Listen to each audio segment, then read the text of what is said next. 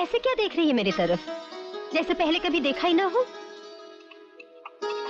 पहले ऐसे कहाँ देखा था माँ? जरा आनंदी के कमरे में लपक के जा बिटिया और उसे जगा कर ये चाय पिला दे, वरना वो सोती रहेगी और कॉलेज में देर हो जाएगी। मैं तब तक तेरा नाश्ता तैयार करती हूँ।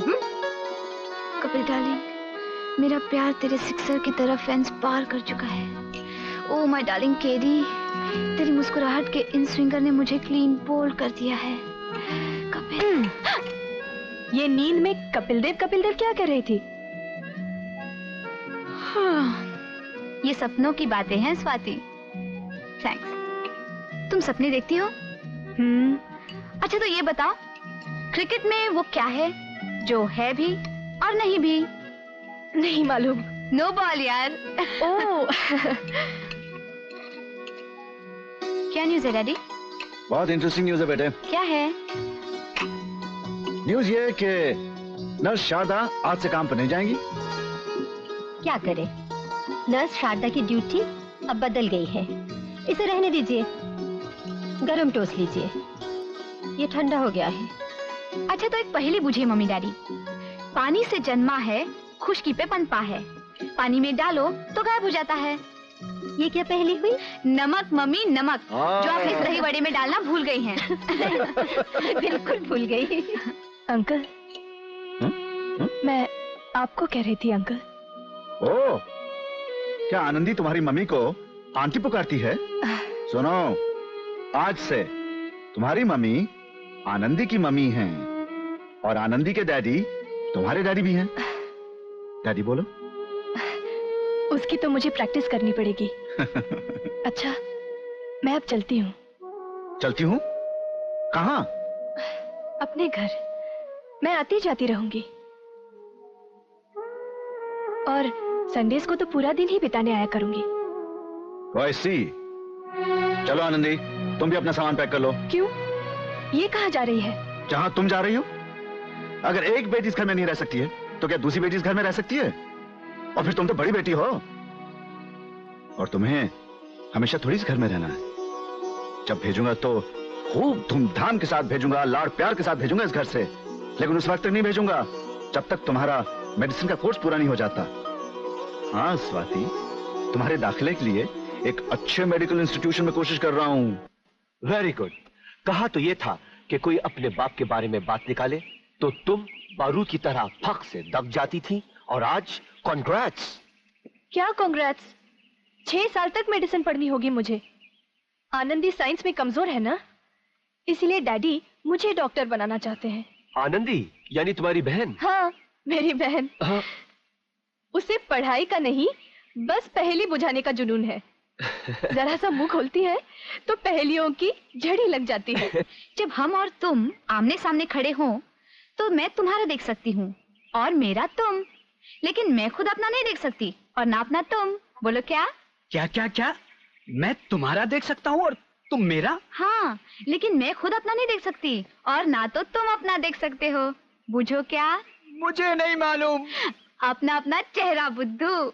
ओह हाँ, तुम्हारा ये प्यारा प्यारा चेहरा मैं देख सकती हूँ, लेकिन तुम खुद नहीं देख सकते, है ना? करेक्ट। लेकिन मैं तुम्हारा चेहरा हमेशा देखना चाहता हूँ। तुम मेरा चेहरा 6 साल तक नहीं देख सकते, जब तक मेरा मेडिकल कोर्स पूरा नहीं हो जाता। तो क्या मैं कद्दू छीलूंगा 6 सालों तक? कद्दू क्यों छीलोगे? कोई यूजफुल काम सोचो। अभी शादी के सिवा तो कोई यूजफुल काम सूझ नहीं रहा है। तो ये यूजफुल काम यानी शादी अब 6 बरस के बाद ही सोचना। अगर तुम कल शादी करने का वादा करो ना, तो मैं आज ही पढ़ाई छोड़ दूं।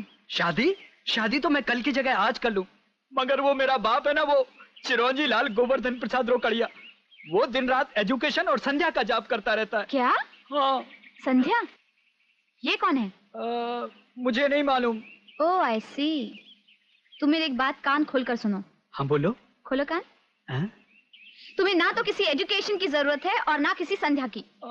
मगर वो मेरा बाप चिरंजी लाल उनका नाम मुझे पता है। अच्छा अच्छा। तुम मुझसे वादा करो कि आज से तुम किसी एग्जाम में पास नहीं होगे, तो ना तो तुम्हारी एजुकेशन कंप्लीट होगी और ना तो चिरंजी लाल गोवर्धन प्रसाद रोकड़िया किसी संध्या से तुम्हारी शादी करेंगे। One difficulty. What difficulty? मुझे फेल होना आता ही नहीं है।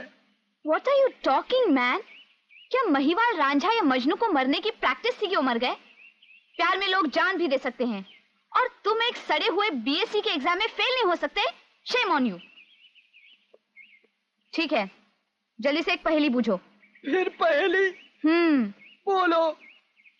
एक काले कपड़े पर सफेद नक्शा देखा। हाँ। दूसरी बार देखा तो नक्शा गायब। हाँ? बोलो क्या? सपना। भाई तुम्ही ने तो सिखाया था ना सपना देखना, तो 6 साल तक सपने ही देखा करूंगा। लेकिन जिंदगी सपना नहीं, एक हकीकत है राम, ठोस हकीकत। इसे सच्चाई की नजर से ही देखना चाहिए। हाँ, मगर सच्चाई बहुत कड़वी होती है।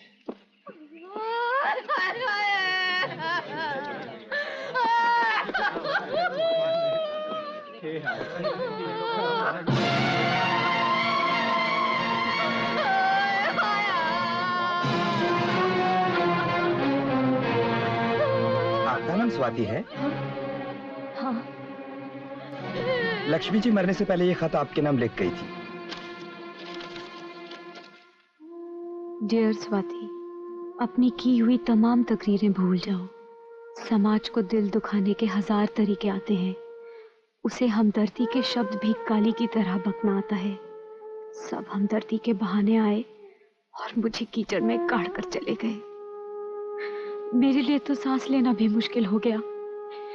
तो इस जीवन का यही अंत ठीक लगा, क्योंकि ऐसे किसी देश में जीने का अर्थ क्या है जो ये पूछे कि चंद आदमियों की बर्बराहट से मैं हार क्यों गई, लुट क्यों गई। इस देश में बलात्कार करने वाले आजाद घूम रहे हैं स्वाति, और बेबस में, लाचार में, मजबूर में आत्महत्या करने पर मजबूर कर दी गई। मैं तो चाहती थी कि मनोहर श्याम जिए, उन्हें मरने की क्या जरूरत है। वो तो मर्द हैं, लेकिन उन्होंने कहा कि उन्होंने मेरे साथ जीने मरने की कसम खाई है। शायद हम दोनों कार हैं, शायद हमें ठीक से लड़ना नहीं आया। मेरे देवर जी ने मनोहर से कहा, मैं कह रहा हूँ ऐसी कुलटा औरत को घर में रखना ठीक नहीं है। मेरी बात मानो, इसे फौरन घर से बाहर निकाल दो। अरे बेशरम, तेरी परछाई मुझ पर पड़ गई है। अब मुझे फिर से स्नान करना पड़ेगा। राम राम राम।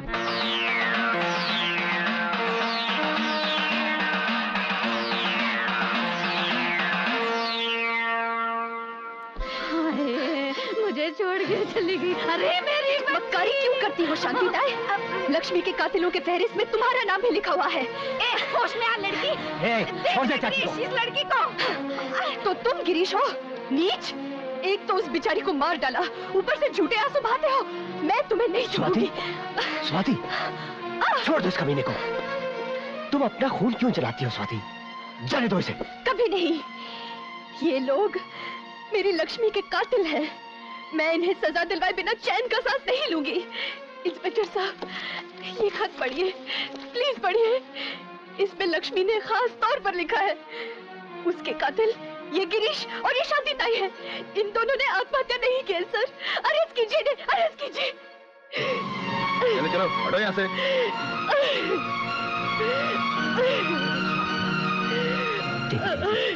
होलिए साहब।